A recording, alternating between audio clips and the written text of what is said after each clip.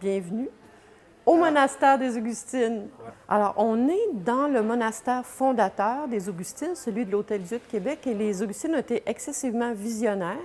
Elles ont cédé via une fiducie d'utilité sociale leurs biens, leurs bâtiments, pour que la population puisse avoir accès aux bâtiments ici. En plus il y a des chambres, les gens peuvent venir en séjour d'expérience dans les anciennes cellules des Augustines. Il y a un musée, il y a une programmation en santé globale, il y a des activités à caractère culturel, à caractère éducatif, mais aussi dans le projet, il y a une mission sociale. On continue l'œuvre des Augustines. Elles prenaient soin des malades et elles ont voulu que dans le projet, ici maintenant, on prenne soin de ceux et celles qui prennent soin. Et c'est dans ce contexte-là qu'on accueille des proches aidants. Les Augustines sont excessivement visionnaires. Il y a 20 ans, elles ont compris que devant la diminution de leur communauté, elles devaient prendre soin de céder leurs biens. Alors, il y a 20 ans, elles ont eu cette vision-là. Il y a 10 ans, le projet a commencé à se concrétiser. Il y a environ 3 ans, les travaux ont commencé et depuis le 1er août 2015, c'est ouvert à la population. En fait, les Augustines ont un patrimoine matériel, mais elles ont aussi un patrimoine immatériel.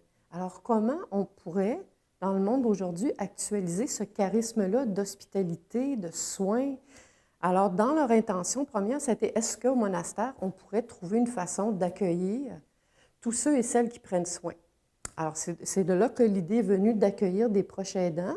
On sait qu'au Québec, il y a environ 300 000 personnes qui exercent ce rôle-là de proche aidant. Et dans Portneuf, il semble que 16 % de la population prend soin d'une personne pour favoriser son maintien à domicile. Donc, ça nous apparaissait clair qu'au-delà de l'intention des Augustines, il y avait un besoin.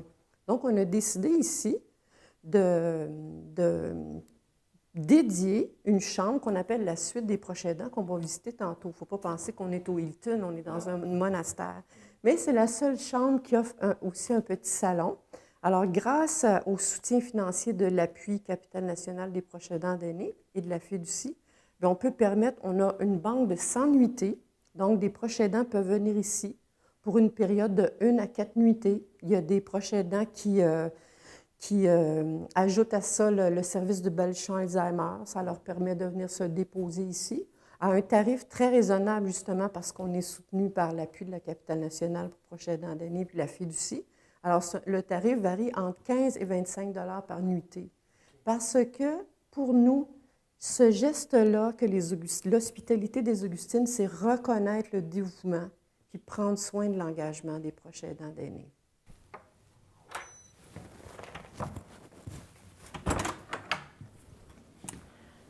Alors, on se trouve maintenant dans la suite des proches aidants.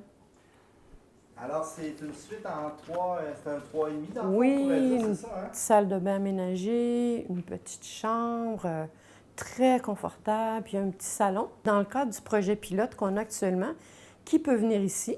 Alors, les gens qui peuvent faire une demande pour venir dans un séjour de répit, c'est les proches aidants d'aînés qui habitent la région de Québec, Charlevoix, Portneuf, puis qui assurent une présence continue auprès d'une personne pour qu'elle puisse vivre à domicile. Alors, ça s'adresse principalement à ces gens-là.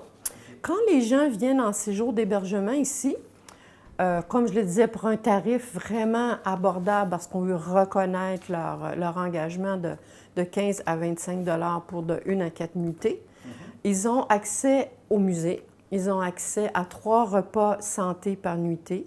Il y a des activités quotidiennes ici. Ils ont accès à ça. Ils peuvent se rendre dans les salons communautaires, à la chapelle.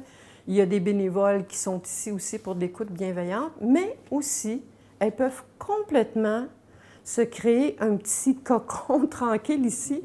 Parce que j'ai parlé à quelques proches aidants qui veulent venir passer un séjour ici. Je leur demandais, qu'est-ce qui va faire que votre séjour ici va être un succès? Et la majorité m'ont dit passer une nuit tranquille, sans inquiétude, avoir du silence, du repos. Alors donc, oui, il y a des activités autour, mais il ne faut pas que les gens pensent qu'ils sont obligés de participer à ces activités-là. C'est une option.